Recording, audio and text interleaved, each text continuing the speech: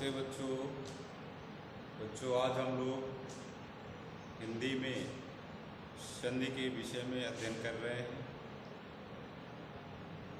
इसके पिछले टर्न में हम लोगों ने संधि की परिभाषा, संधि के प्रकार और उन प्रकारों में से स्वर संधि के भेद, दीर्घ संधि, गुण संधि, वृद्धि संधि और एड़ संधि का विस्तृत रूप से हम लोगों ने अध्ययन किया है।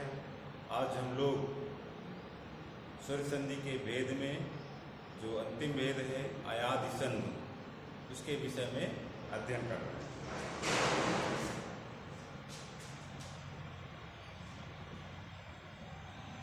अयादि संधि, इसका सूत्र होता है एचो यावह यावह। एचो यावह यावह, ये इसका सूत्र होता है। एच ए ओ आए और आओ, एच एक प्रत्याहार है। मैंने कल बताया था कि 42 प्रत्याहार होते हैं जो 14 माहेश्वर सूत्रों की सहायता से बनाए जाते हैं। एच प्रत्याहार में कौन कौन से बढ़ाते हैं, तो उसको जो 14 माहेश्वर सूत्र हैं उन सूत्रों की सहायता से हम थोड़ा सा देख लेते हैं कि एच प्रत्याहार में कौन कौन से बढ़ाते हैं। 14 माहेश्वर सूत्रों में से पहला है अण रीलक, दूसरा रीलक, तीसरा एवं, चौथा एओज। तीसरा है, चौथा हम लिखते हैं। तीसरा है एवं,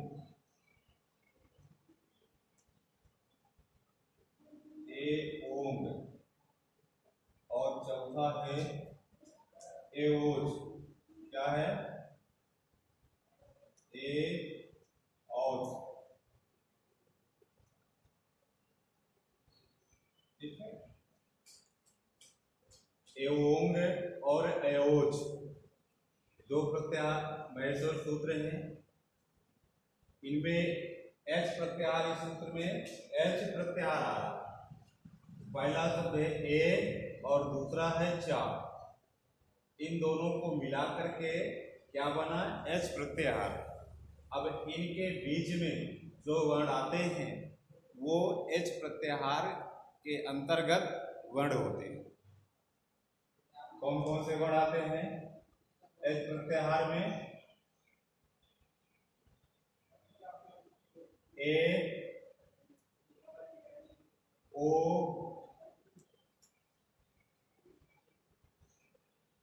इसके बाद जो जिसमें हलंत लगा हुआ था उसको नहीं काउंट करते हैं, ये आए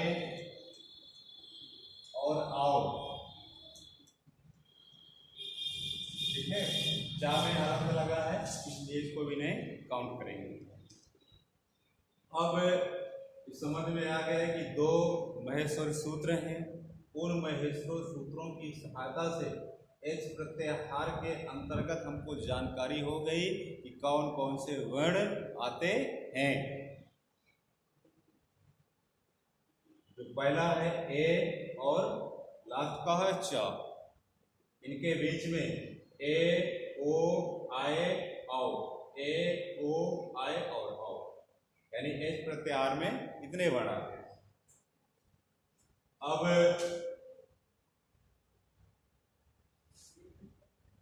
यहां हम लिखते हैं एच प्रत्याहार, इसके बाद अन्य स्वर। ठीक,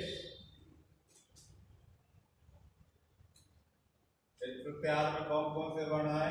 ए, ओ, आए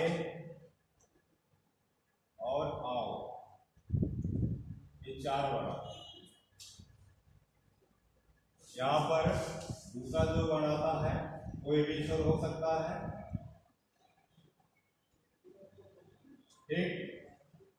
एक का आय हो जाता है इस सूत्र की सहायता से। एच प्रत्याहार है, हमने समझ लिया कि एच प्रत्याहार में चार वर्ण आते हैं और इसी में आय यानी एक का आय हो जाता है,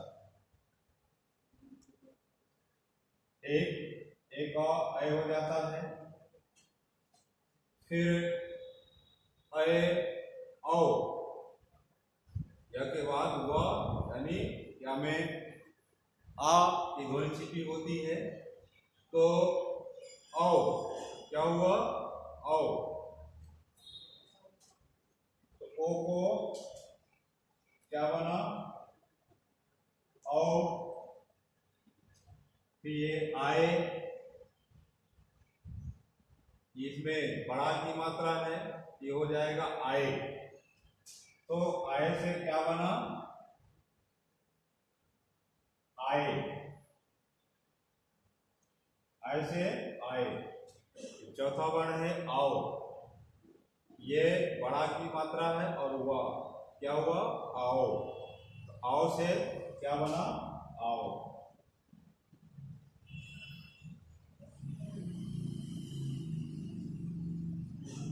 ठीक है।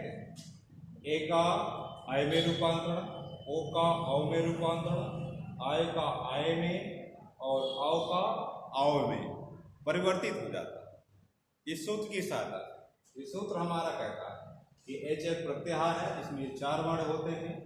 इन चारों वर्णों से सूत्र है ए का अय, ओ का औ, आय का आय और आओ का आओ में परिवर्तन होता है। ठीक है, ये अयादि संधि का नियम है इस सूत्र की सहायता से। अब हम कोई उदाहरण लेते हैं। उदाहरण में जैसे नयन या नए नम, ठीक है बच्चों, नैनम इसका संधि विच्छेद करेंगे तो हो जाएगा ने प्लस अनम। क्या हो जाएगा ने प्लस अनम। ठीक, देखेंगे ने में अंत में कौन सा मात्रा वर्ण आता है ए, अनम में पहला वर्ण आ, नए नए नम, नए यानी आए।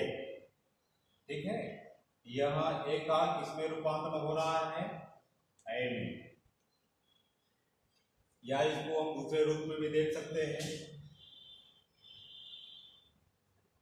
न है, न में कौन सा स्वर छिपा हुआ है ए। अलग करते हैं, न अलंत लगाएंगे तो स्वर अलग हो जाएगा ए। इसके बाद लिखते हैं अनम, अनम। ठीक,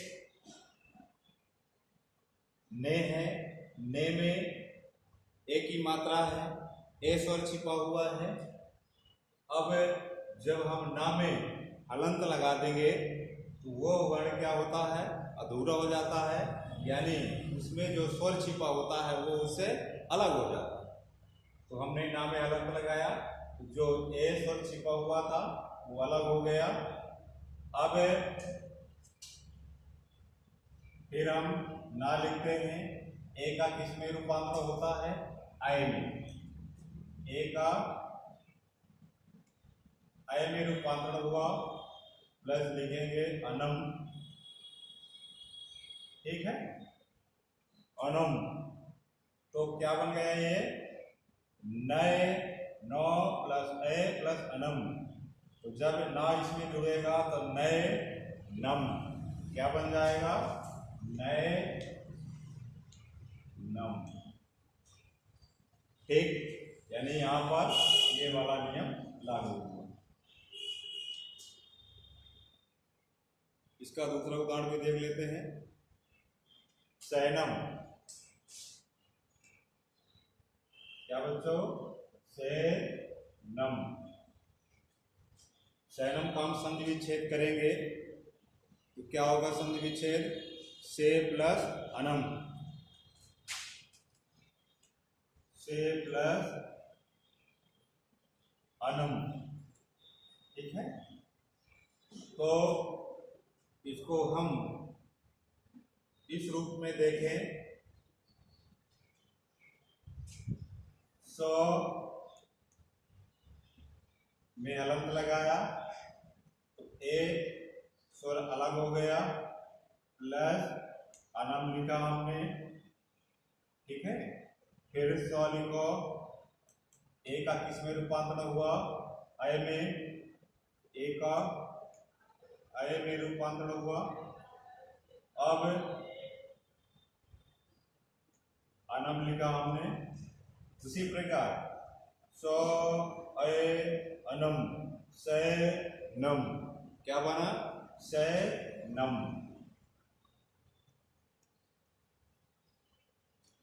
ठीक, यानी ए का इसमें रूपांतरण होता है अय में, तो हम समझ जाएंगे कौन सी संधि ये है, अयात संधि। ठीक, अगला उदाहरण लेते हैं।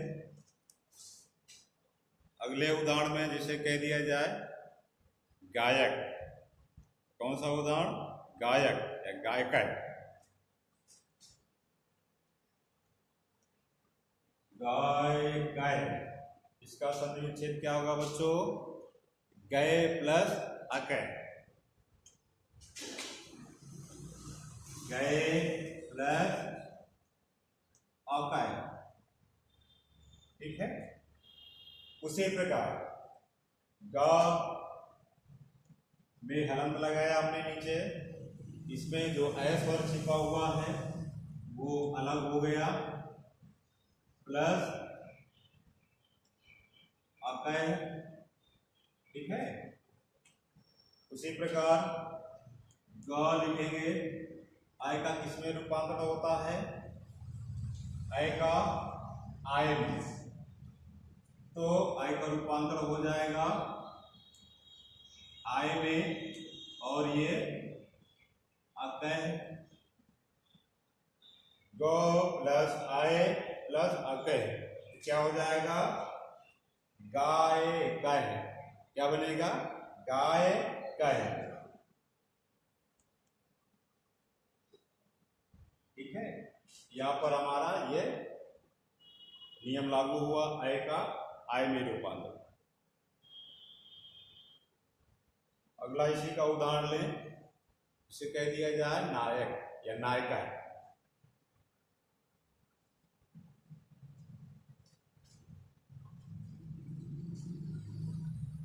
ठीक है,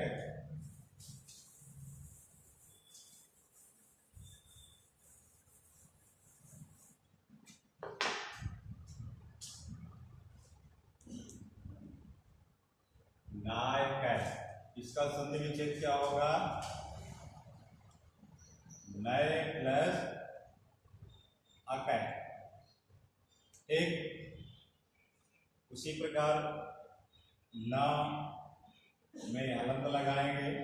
इसमें जो स्वर है वो अलग हो जाएगा, अय प्लस अकै लिखा हमने। फिर न प्लस अय का किसमें रूपांतरण हुआ? आय में।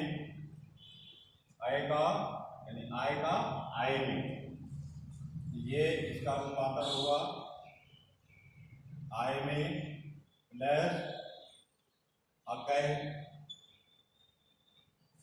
न का इसमें परिवर्तन, तो न प्लस आय प्लस अकै, तो नाय कै। क्या बना ये? नाय कै।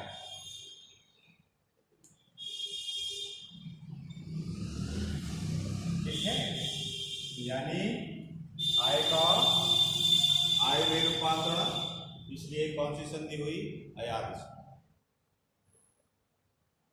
अगला देखें, इसे कह दिया जाए पवन। अगला उदाहरण पवन या पवन है, ठीक है। इसका संधि विच्छेद करेंगे, क्या होगा बच्चों? को प्लस अनय। क्या होगा? को प्लस अनय। तो को प्लस अनय, ठीक है। उसी प्रकार पा हलंत लगाया, ओ मात्रा इससे अलग हो गई, प्लस अनय, ठीक है। फिर प ओ का किसमें रूपांतर होता है? ओ का औ में। ओ का औ में रूपांतरण हुआ, प्लस अनय, क्या बन गया इससे? पा प्लस औ प्लस अनय, तो पौ नय, पौ नय, क्या बना इससे? पौ नय, ठीक है। समझ में आ रहा होगा। इसके बाद इसी का एक उदाहरण और लेते हैं, इसे भवन या भवनय, भवनय। उसी प्रकार इसका संधि विच्छेद क्या होगा? भो प्लस अनय, ये हो जाएगा भो प्लस अनय।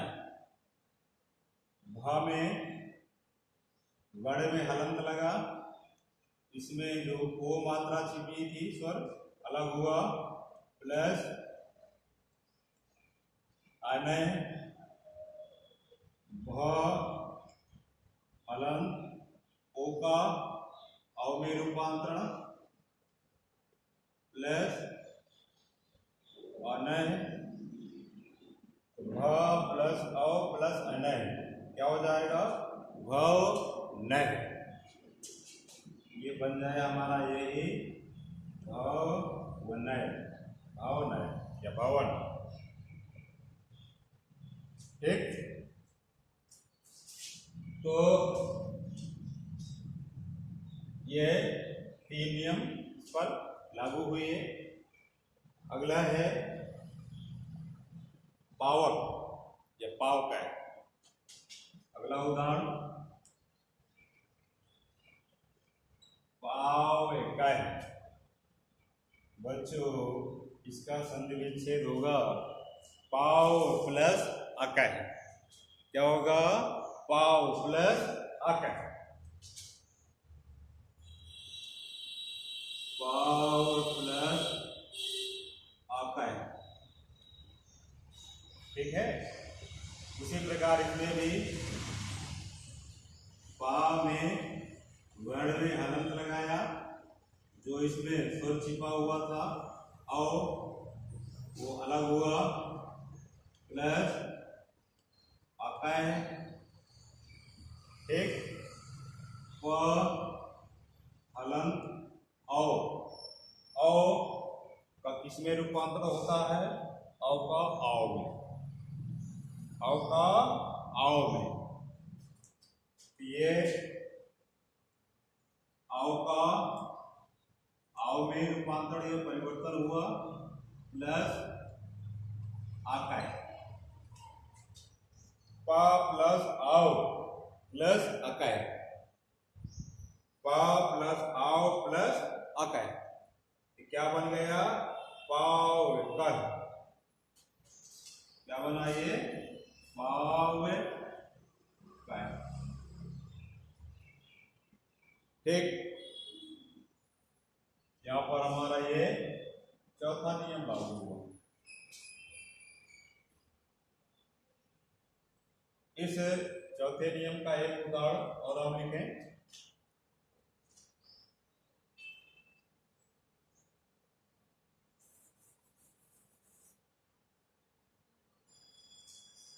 से कह दिया जाए पावन, कौन सा अगला उदाहरण? पावन या पावन।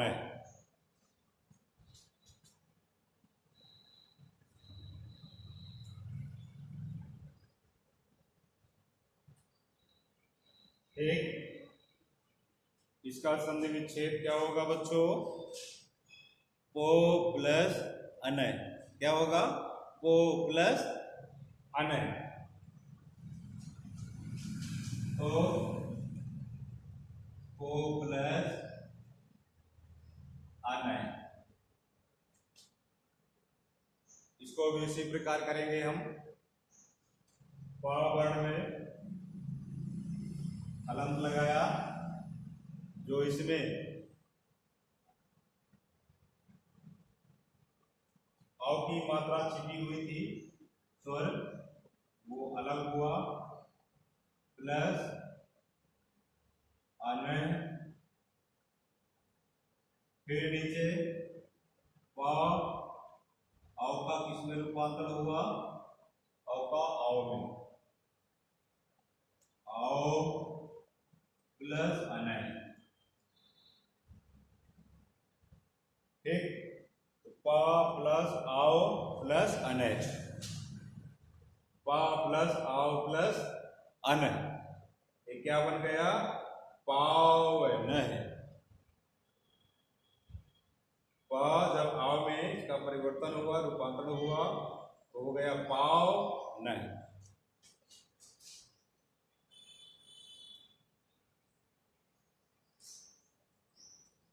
ठीक है,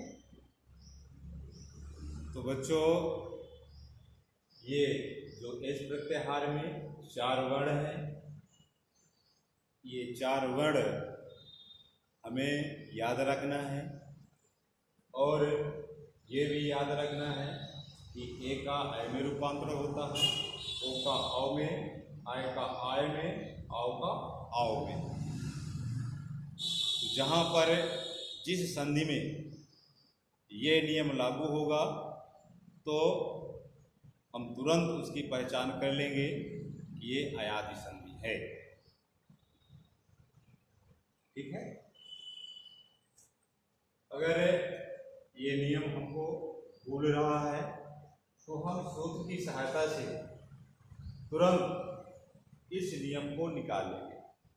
इसे अभी मैंने बताया था, एचो यावय। एच एक प्रत्याहार है, उन प्रत्याहारों को निकालना मैंने भी बताया था। ठीक, एवोंग अयोज, जो हलंत लगा होता है तो छोड़ दिया जाता है, इसके बीच में जो वर्ण होते हैं वो उस प्रत्याहार के अंतर्गत आते हैं। तो इसमें ए, ओ, आय, औ, ये 4 वर्ण इस प्रत्याहार के अंतर्गत आए। इसके बाद सूत्र में कहा गया है कि ए का क्या हो जाता है? अय। फिर अय या के बाद हुआ है, क्योंकि या में छोटा की मात्रा होती है, स्वर होता है, तो अ हो जाता है। फिर वा में बड़ा की मात्रा है तो आय हो जाएगा। फिर या में बड़ा की मात्रा है तो आव हो जाएगा। ठीक है, इस सूत्र की सहायता से ये हमारा नियम निकल आता है। तो अगर ये हमको भूल रहा है तो निश्चित रूप से हम सूत्र की सहायता से इस नियम को देख लेंगे। ठीक है, तो ये रहा बच्चों अयादि संधि। स्वर संधि में जो दीर्घ स्वर संधि का जो अंतिम भेद है अयादि संधि, उसको हमने अभी आप लोगों को बताया, समझाया, आप लोगों को समझ में आ गया होगा। इसके बाद अब हम अगले टर्म में अगले संधि के बारे में अध्ययन करेंगे। धन्यवाद।